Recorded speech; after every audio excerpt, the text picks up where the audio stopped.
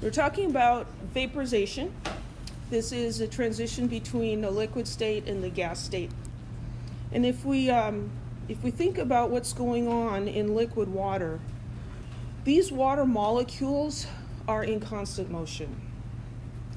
One scientist described it this way: it's a wild dance floor there at the molecular level. You could think of this as being a lot like a mosh pit. It's just a lot of activity going on.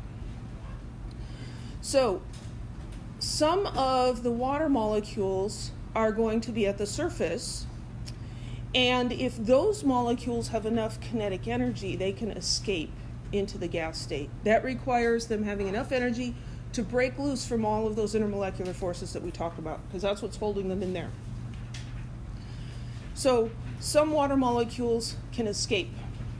In the air, the water molecules are doing what gas molecules do, and they're going in straight lines till they run into something, and then they bounce off.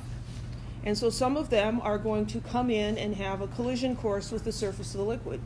They crash into the liquid, they get stuck again. That's condensation. So vaporization, transition from liquid to gas; condensation, transition from gas to liquid. I think of this a little bit like the game called Red Rover. Anybody know about that game? Yeah, it's a great game. They don't let kids play it at school anymore. You don't? They don't let kids play tag. I mean, it's just insane because somebody might get hurt. Yeah, well, my kid's been hurt walking on the sidewalk, so, but they allow that. So Red Rover, you have two lines of children. Actually, I was thinking maybe I'd draw just a little picture. We'll just, let's do this. So you've got a bunch of children, and they line up, and they hold hands. So that can get kind of creepy, but, so, okay, that's going to take way too long. You get the idea. A bunch of people. And then you got a bunch of people over here.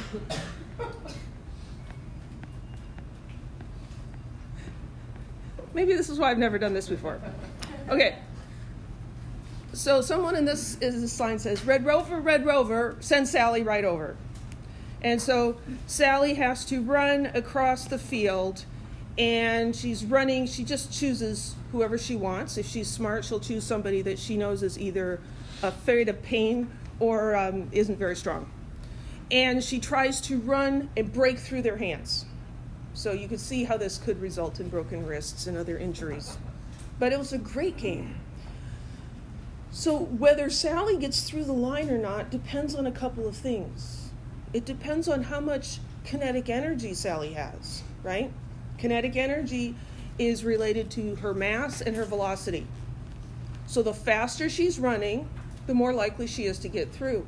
It also depends on how strong the people in the line are. Now, if you're playing with kindergartners, you don't need as much energy to get through.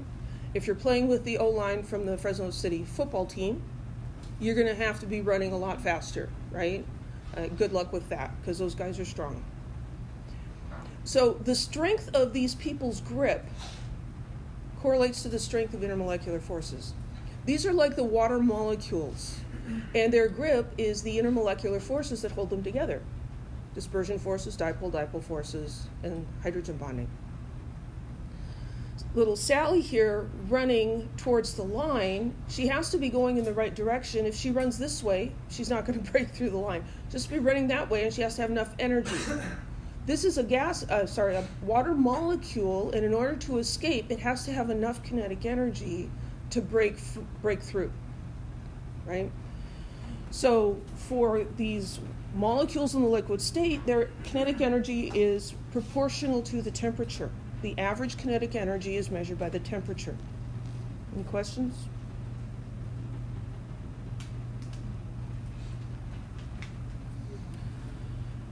So if we look at how many molecules have a given amount of kinetic energy, at a lower temperature, there's sort of a bell curve here. At a given temperature, not all the molecules have the same temperature. Some are higher in energy and some are lower, but they have an average temperature, and there's a distribution of their energies. So if this dashed line is the minimum amount of kinetic energy needed to break through the line to escape, then the area under the blue line here is how many molecules can escape, have enough energy. If we increase the temperature of the liquid, higher temperature, now this curve shifts toward higher energy, and it also broadens. It spreads out. And so now we have more molecules that have enough kinetic energy to escape. That make sense? So at a higher temperature, vaporization will happen more quickly. This is why we use a clothes dryer, right? Because your wet clothes dry faster when they are warmer, right? And I talked about this yesterday, and then last night my dryer broke. It still heats, it just won't tumble, right? It'll go around a couple of times, and then it's like makes scary noises and stops.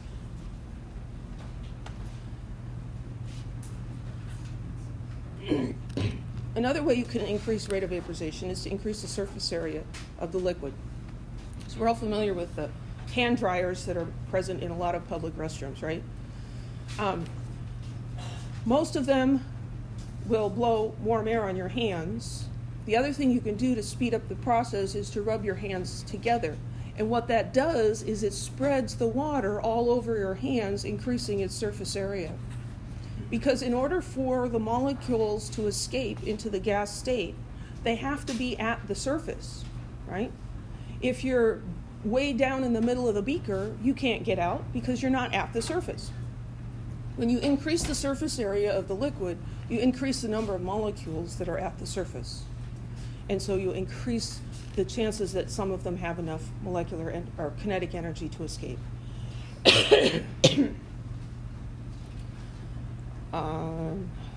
We also know that liquids that have stronger intermolecular forces evaporate more slowly, because at a given temperature, fewer of the molecules have enough kinetic energy to get out. Does that make sense? So strong intermolecular forces means slow evaporation. Weak intermolecular forces means fast evaporation. I think we all know from experience that if you rub some water on your skin and you rub some alcohol on your skin, one of them is going to evaporate much faster, right? Alcohol will evaporate much faster because its intermolecular forces are weaker than those of water. The two qualitative terms we use, volatile and non-volatile. Volatile just means a liquid that vaporizes easily. Now that's relative. Non-volatile would be a liquid that does not vaporize easily.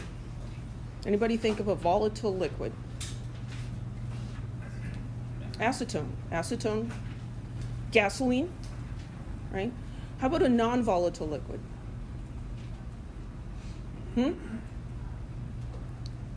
I can't hear you. How about vegetable oil? Does that evaporate easily? No. You can try that at home. Maybe in a corner of the kitchen where your mom's not going to notice. Put some vegetable oil on the table and put some water next to it and come back later. And that vegetable oil is going to be there for a really, really, really long time. It's not going to evaporate. It'll only disappear when someone cleans it up, right? Non-volatile liquid. But again, it's relative. Water is volatile compared to vegetable oil, but is non-volatile compared to something like gasoline. So there's energy involved in vaporization. So we were looking at that beaker and thinking about the water evaporating. Now let's imagine that that beaker is super insulated so that it can't absorb or release energy to the surroundings.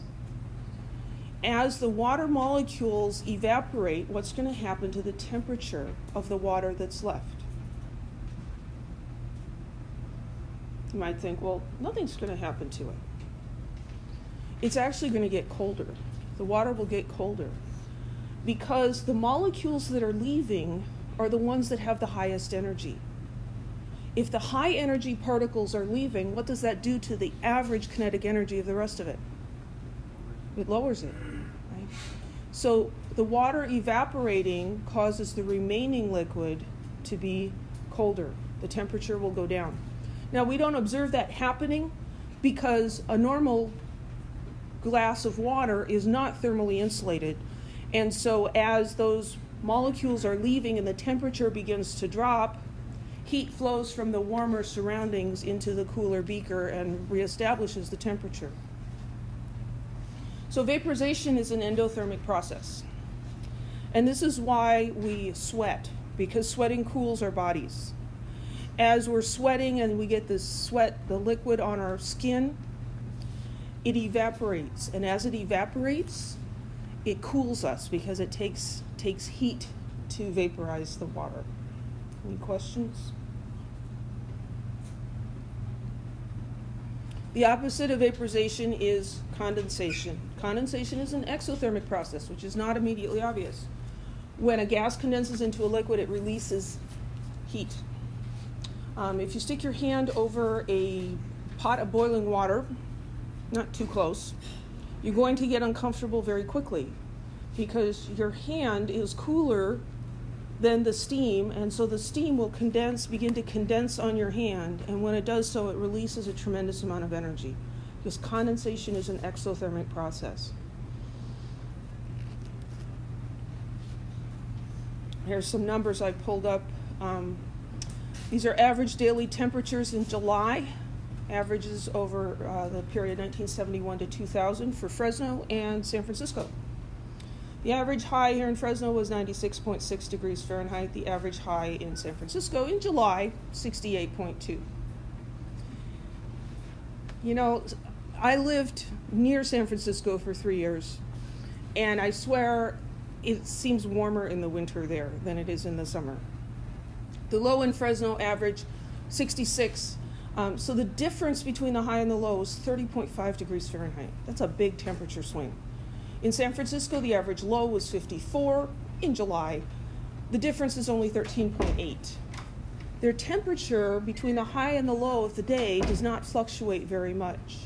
Whereas here in the valley, the temperature on average in July is different by 30 degrees, and some days it's 40. It might be 60 at night and 100 in the middle of the afternoon. Why is that? It has to do with water, vaporization and condensation, endothermic and exothermic processes.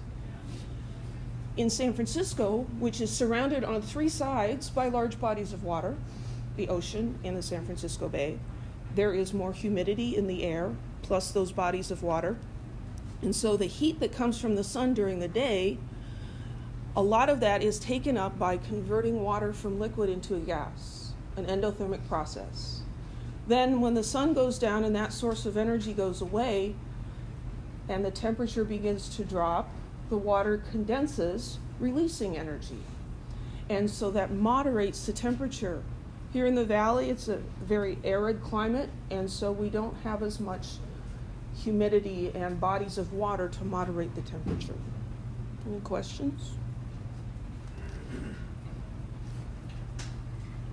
Of course, we can measure that energy. It's called the heat of vaporization, technically the enthalpy, delta H vap. So this is a change in enthalpy when vaporization occurs. It's the amount of heat needed to vaporize 1 mole of liquid at its normal boiling point. So we can write a chemical equation for that, H2O liquid to H2O gas. Delta H for that reaction, positive 40.7 kilojoules per mole. Vaporization is always positive because vaporization is always endothermic. It will be somewhat temperature dependent. You can see in the table that the vaporization of water at its boiling point requires 40.7 kilojoules per mole. At room temperature, it requires 44 kilojoules per mole. There's a small difference, but it's small. You also have a couple of other liquids that might be interesting on homework assignments. We don't memorize heats of vaporization.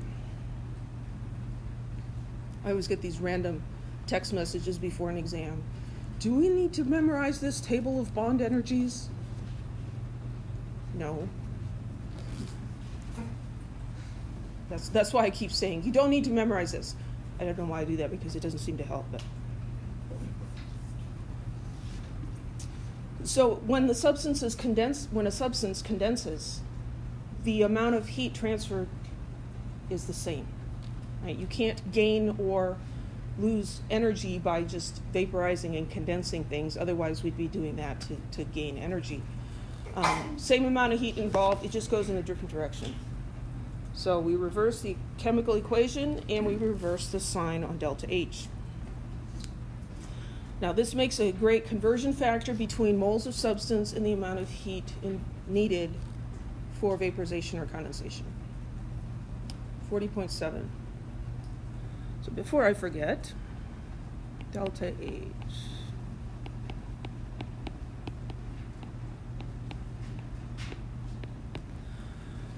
This question asks us to calculate the amount of heat in kilojoules required to vaporize 2.58 kilograms of water at its boiling point.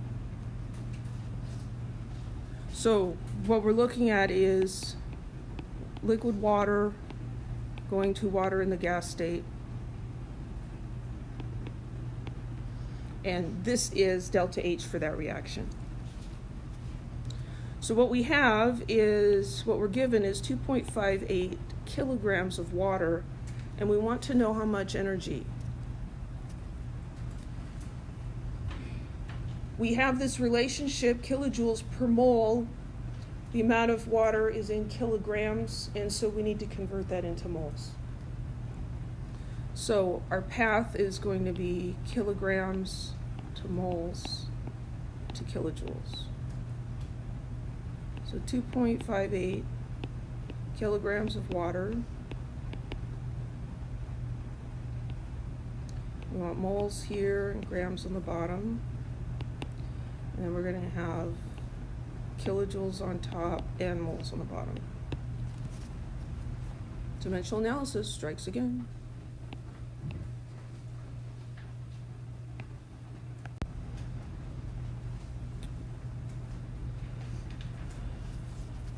So, yeah, I had a brain fart. What am I missing here? Do kilograms cancel with grams?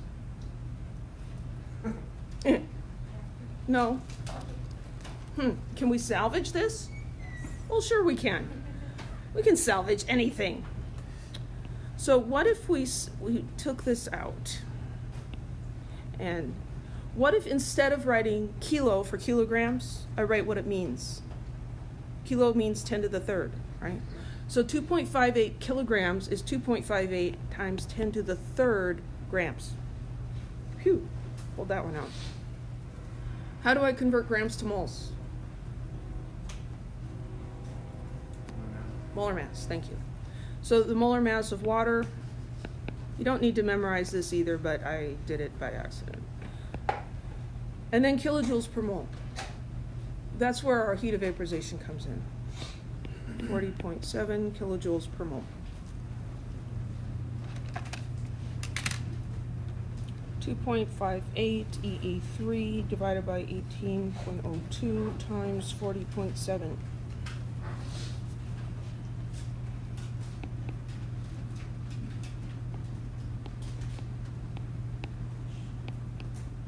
It just keeps going. 0.009. Remember significant figures? How many significant figures should that answer have? 3? You know, 3 is always a really good guess if you're not sure. 3 or 4 is usually what it is.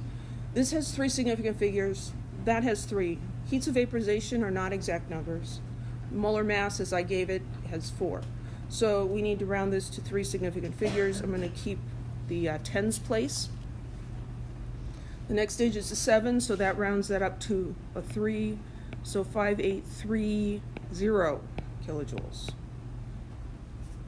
You could also put that in scientific notation. Any questions? Unit conversion problem.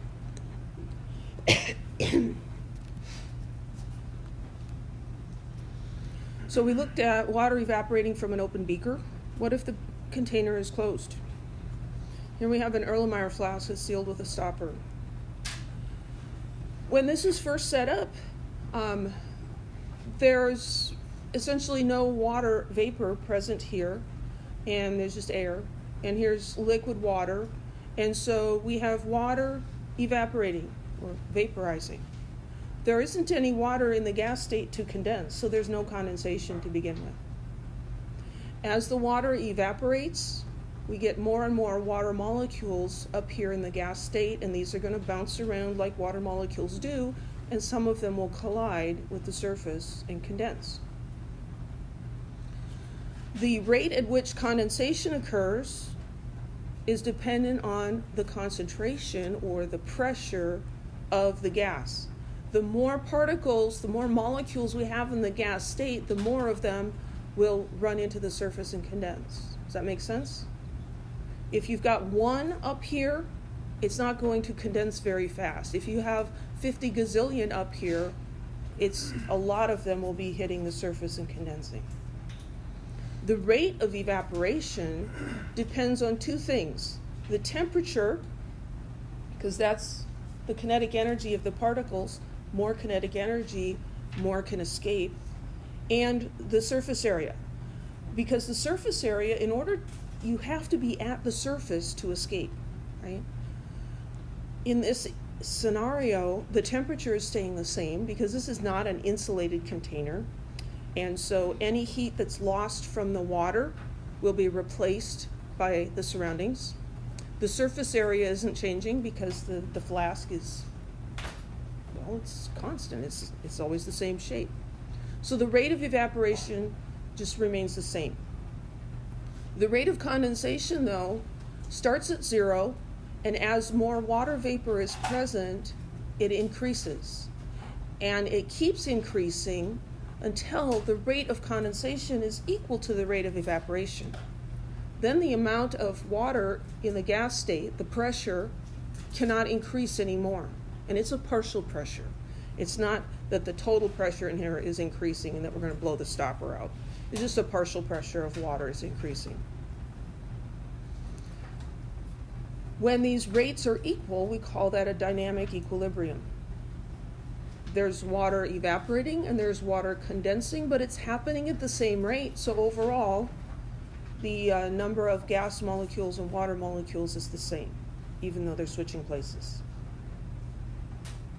Any questions about that? So we can look at those rates as a graph. So here is the rate increasing as you go up versus time. So the rate of evaporation is constant in this experiment. The surface area isn't changing, the temperature is not changing. Initially, the rate of condensation is 0 because there was no gas to condense. As evaporation occurs, the amount of gas increases and the rate of condensation is dependent on the amount of gas or the vapor pressure. So the rate of condensation increases. And it will keep increasing until we get to a point where those are equal.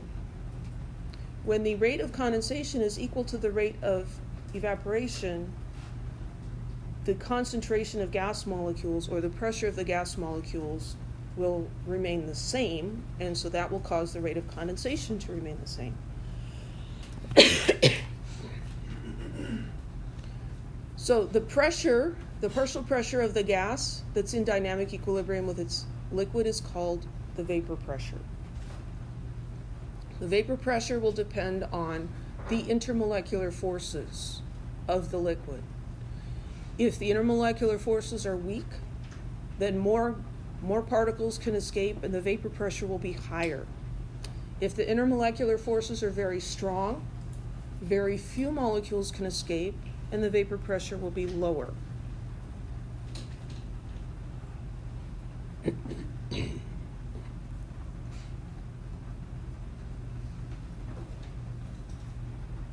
If we take a system at equilibrium, a different sort of a container, but one of those piston assembly things. Here we have a liquid, it looks like propane, might be pentane.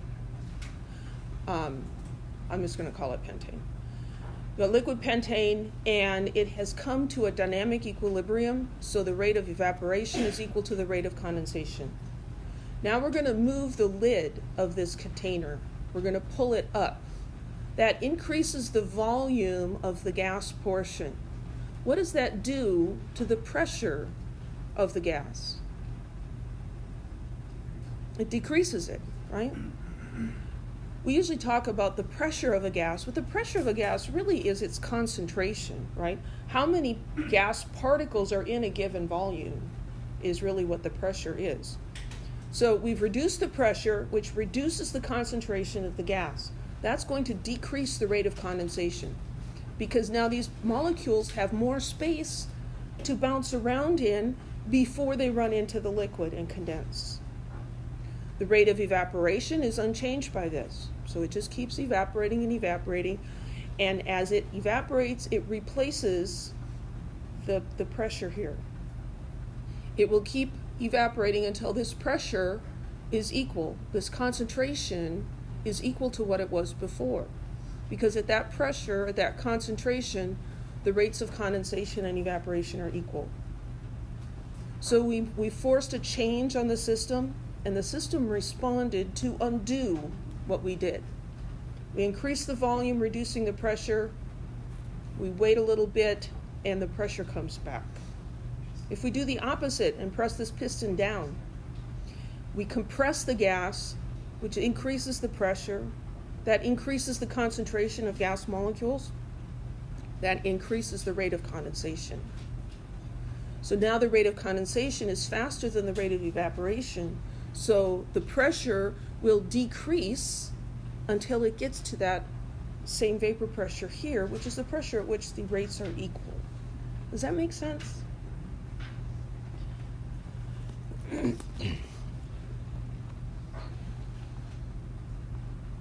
So the vapor pressure will depend on the temperature. The vapor pressure is the partial pressure of that gas above its liquid in dynamic equilibrium. The rate of evaporation depends on the temperature, and the vapor pressure depends on the rate of evaporation.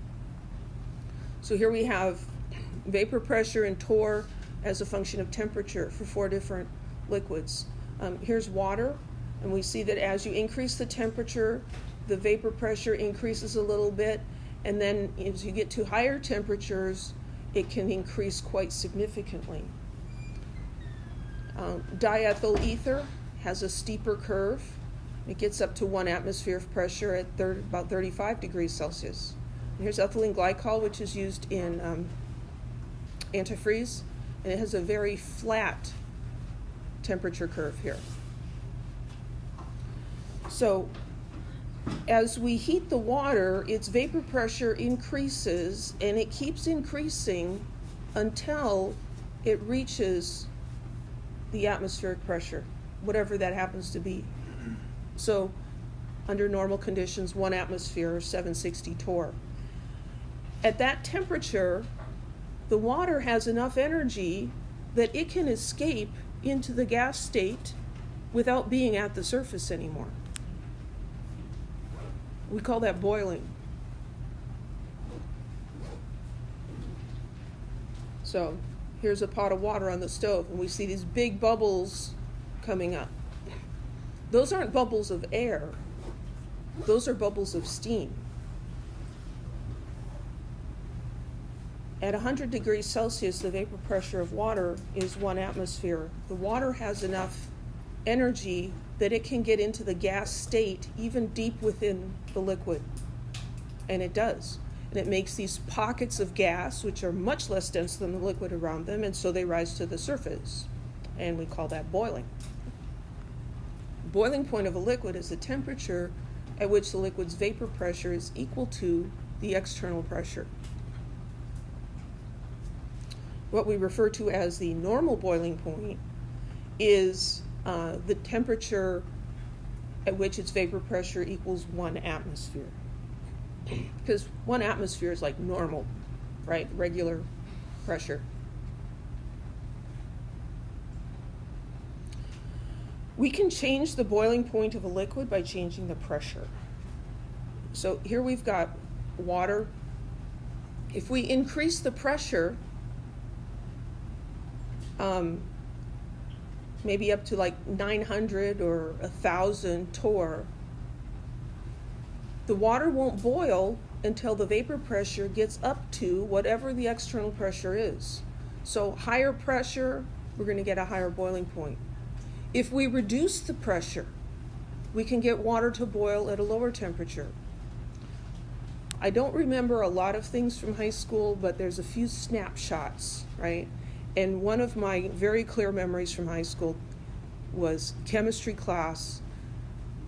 Mr. Sturdivant had a big vacuum flask, some water in it, and a big vacuum pump. And he started it pumping at the beginning of class, and then later the water was boiling in this flask. There wasn't a burner, there was no heat source, it was just boiling. And he made us all come up and put our hand on the flask. Did we get burnt? No. The water was boiling at room temperature. It blew our minds. If you reduce the pressure above the liquid enough, you can get it to boil at room temperature. It's crazy.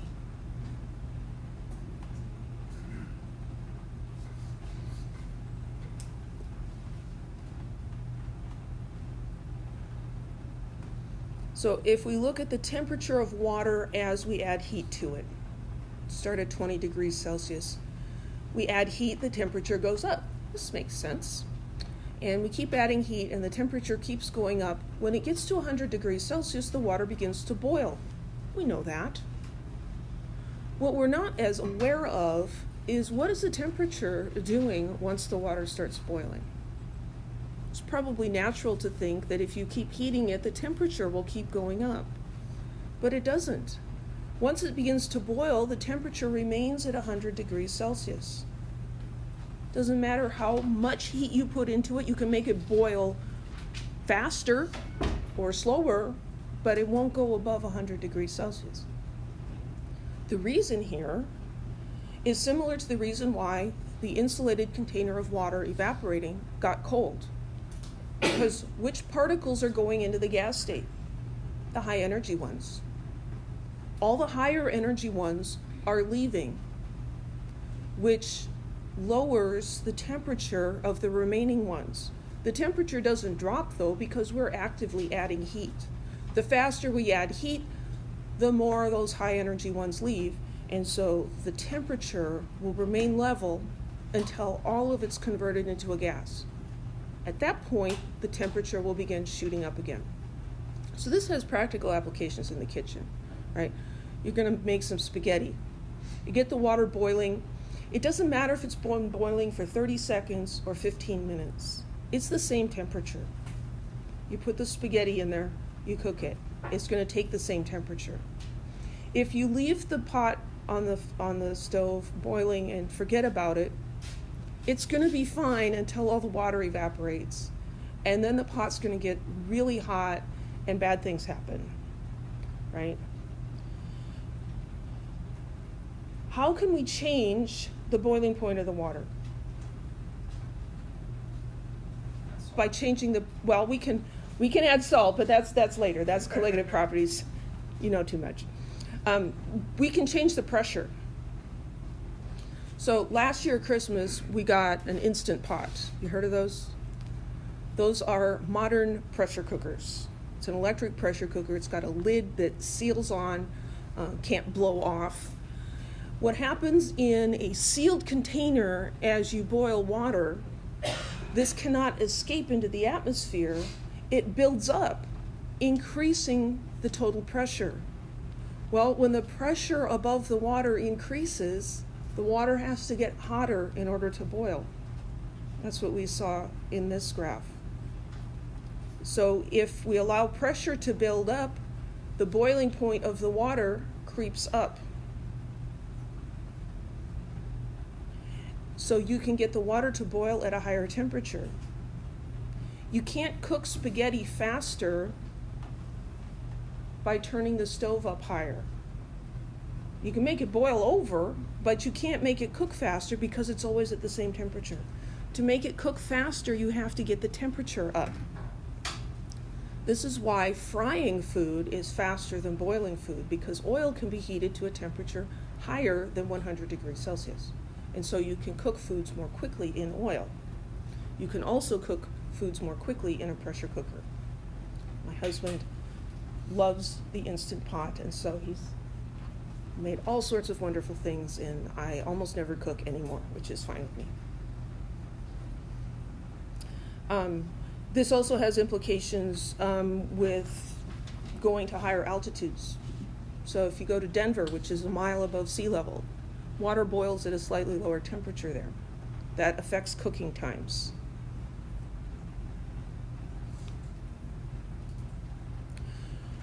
So we saw that vapor pressure versus temperature graph, those were not nice straight lines, those were exponential curves. Oh man, I had to fix this yesterday and I forgot to. This slide is wrong every semester because nobody but me fixes it. So the vapor pressure is equal to a constant times E raised to the power negative delta H over RT. So we can rearrange that by taking the natural logarithm of both sides. If the natural log of the vapor pressure is equal to negative delta H over R times 1 over T plus natural log of beta. This is called the Clausius-Clapeyron equation. The reason that we rearranged it in that way is because now it is in the form of a line. So a line has the pattern y equals mx plus b, where y and x are the, well, that's what you're graphing. M is the slope and b is the intercept on the y-axis. So this corresponds to the slope. This is x, this is y, and then this will be the intercept, which we generally don't even care about. So if we graph natural log of the vapor pressure versus 1 over the temperature, we'll get a straight line, and the slope is equal to negative delta H over R. So if you measure the vapor pressure at several temperatures, you can graph it and you can calculate delta H that way. So here's an example. So here we have natural log of pressure where the pressure was measured in millimeters of mercury versus 1 over T. Again, we need to use Kelvin here because we can't have temperature being 0, right? That would be undefined. We also don't want negative temperatures because that would give us negative pressures, and that's not going to work out either. So we can graph this and use linear regression to find the equation for the line. The slope here is minus 3478 Kelvin. And so that is equal to negative delta H divided by R. So we can find delta H by taking negative 1 times the slope times R. We're going to use 8.314 joules per mole Kelvin because that's going to work out with the units. And so we can find out that the delta H here is 28.92 times 10 to the third joules per mole. Any questions?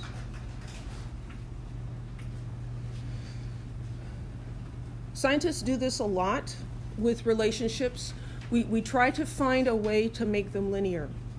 Because if you can make them linear, you can find the equation for the line using linear regression, and then you can begin to calculate interesting things.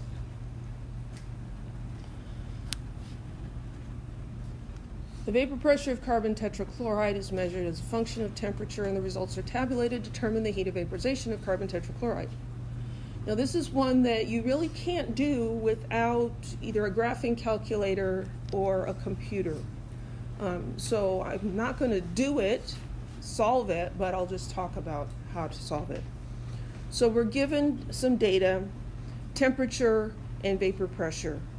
To find delta H, the heat of vaporization, we need the natural log of the vapor pressure, and we need 1 over the temperature. So we would take this data and convert it. So we'll get natural log of vapor pressure and 1 over the temperature. So I'll just do the first point.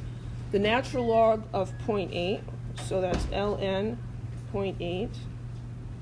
That's going to give me negative 0.22 0.314. And 1 divided by 200 is 0.005.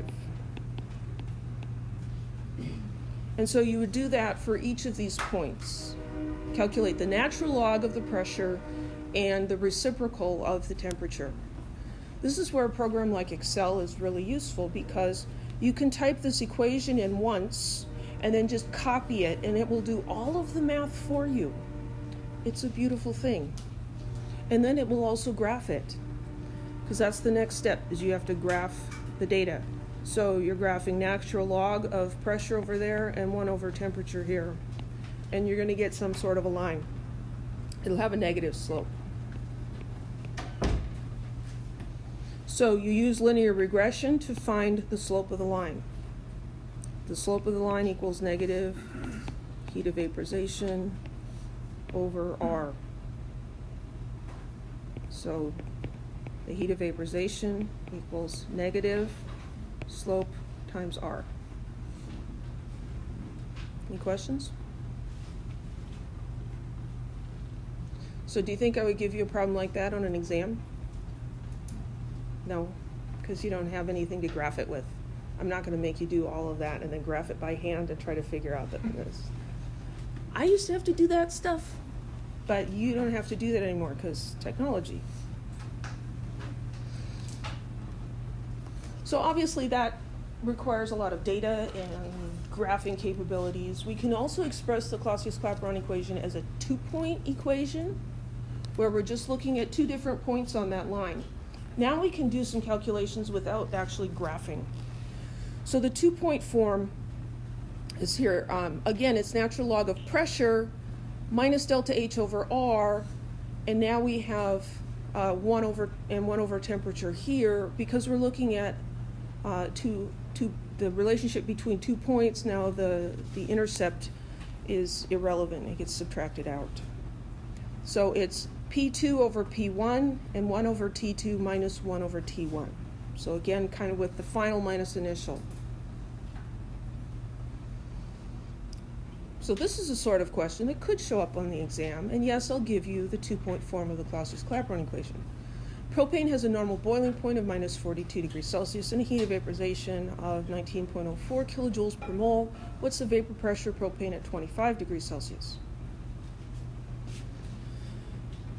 So we need the Clausius-Clapeyron equation.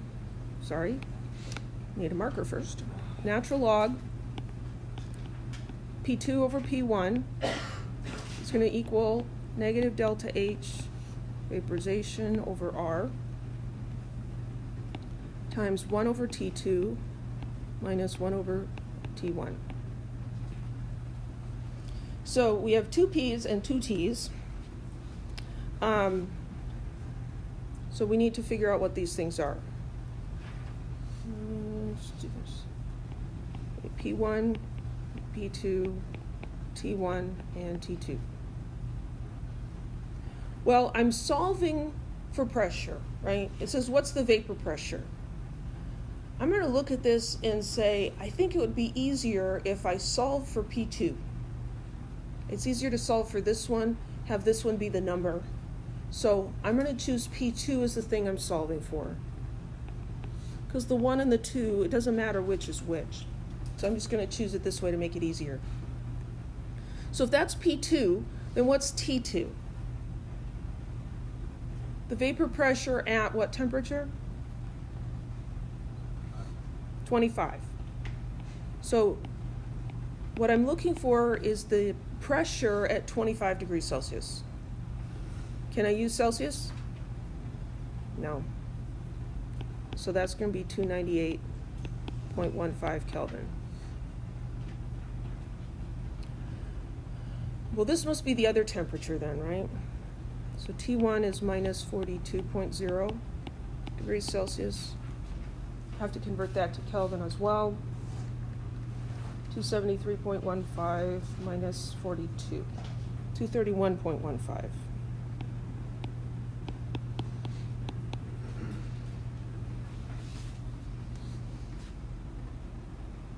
What's P1?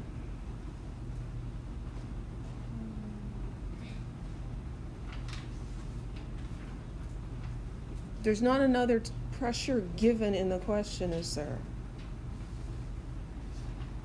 It says the normal boiling point. What does normal boiling point mean? At the normal pressure, right? At 1 atmosphere. So this word normal in front of boiling point, that's what tells me that that's at 1 atmosphere. So P1 equals 1 atmosphere. And then we also have the heat of vaporization was given to us, 19.04 kilojoules per mole. And R is 8.314 joules per mole Kelvin.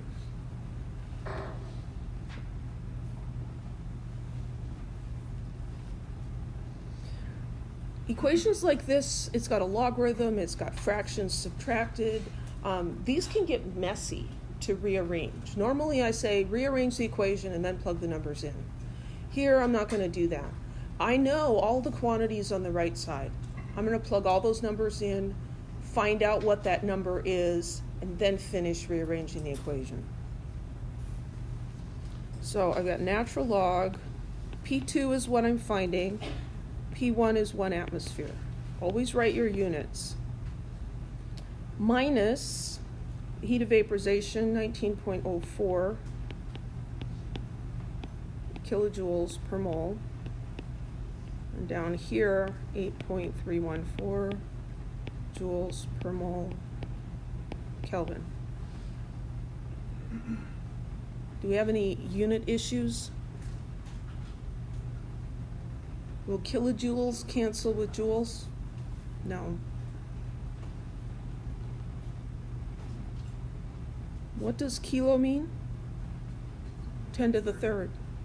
So instead of writing kilojoules, I'm going to write times 10 to the third, and then that would be joules. Joules per mole. Or you can convert it over on the side and stick it in there. Here I've got 1 over T2, 298.15 Kelvin, minus 1 over T1, 231.15 Kelvin. So now I'm going to do all that mess on the right side. So negative 19.04 EE3 divided by 8.314 times, open parentheses, 1 divided by 298.15 minus 1 divided by 231.15, close parentheses, equals.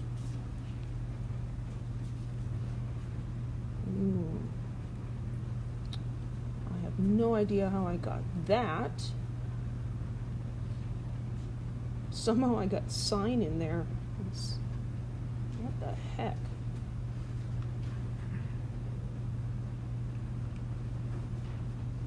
Gotta fix that.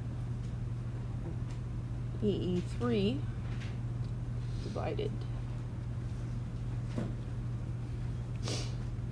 There we go, that's better. 2.226399.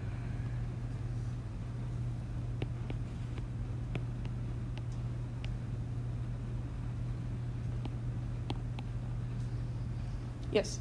I'm kind of confused as to where you got R from. So R is the ideal gas constant, and it can be expressed in different units. We're using these units, joules per mole Kelvin, because we need energy units. It's also 0.0821, or 206 actually, liter atmospheres per mole Kelvin. And those are the same value. It's like taking a piece of paper and measuring it and saying, well, this is 1 foot. And no, it isn't. It's 12 inches. And 12 inches is the same as 1 foot. 8.314 joules per mole Kelvin is the same as 0.08206 liter atmospheres per mole Kelvin. So it's just a constant. So I get this number. When you're dealing with logarithms especially, just use more sig figs than you think you need. Over here on the left side, I've got natural log of P2 divided by 1. So that's the natural log of P2. Now I can rearrange, solve for P.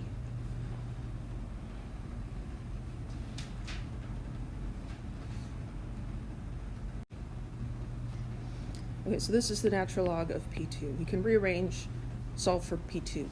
Natural log is a function. It's not something you can divide by. You have to undo the function. The opposite of natural logarithm is anti-natural logarithm, e to the x. So we're going to take e to the natural log of P2 equals e to the power 2.226,319. E and natural log cancel out, and so we get P2 equals e to the 2.226,319. So on my calculator, I have an e to the something button. And stick that in there. And I get 9.266. Would be the pressure. Units kind of go away when you use natural logarithms. So what's the unit on this pressure? It's going to be ATM. We had pressure over pressure. That's why the units go away. Whatever this pressure was, units, this one has to have the same units. So it would be 9.266 atmospheres. So at room temperature, the vapor pressure of propane is a little over 9 atmospheres. So think about that propane tank attached to your backyard barbecue. It's under a significant amount of pressure, because that's the vapor pressure of the propane. That's why when you open the valve, the gas comes out, because it's high pressure inside and low pressure outside. Now, if we're talking about sig figs, that's probably too many. My feeling is too many is much better than not enough. Any questions?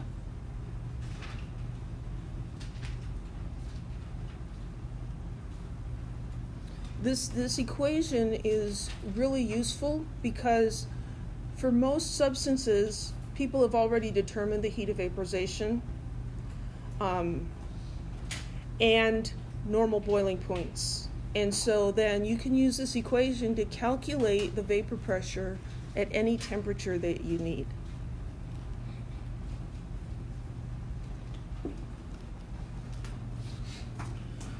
So we've talked about vaporizing liquids and vaporizing them in a sealed container. What if we have a sealed container and we heat it? Which is a little bit what's happening in the Instant Pot, except we don't let things go this far. So as the temperature rises, the pressure rises. The gas becomes more dense, the liquid becomes less dense, and at a certain point, the gas and the liquid states merge. They become one. It's called a supercritical fluid. You have some pictures here. This is a window into a very thick-walled container. Here we have the gas and the liquid. And as we increase the temperature, the pressure also increases. And we see that at what's called the critical temperature, the division between them disappears.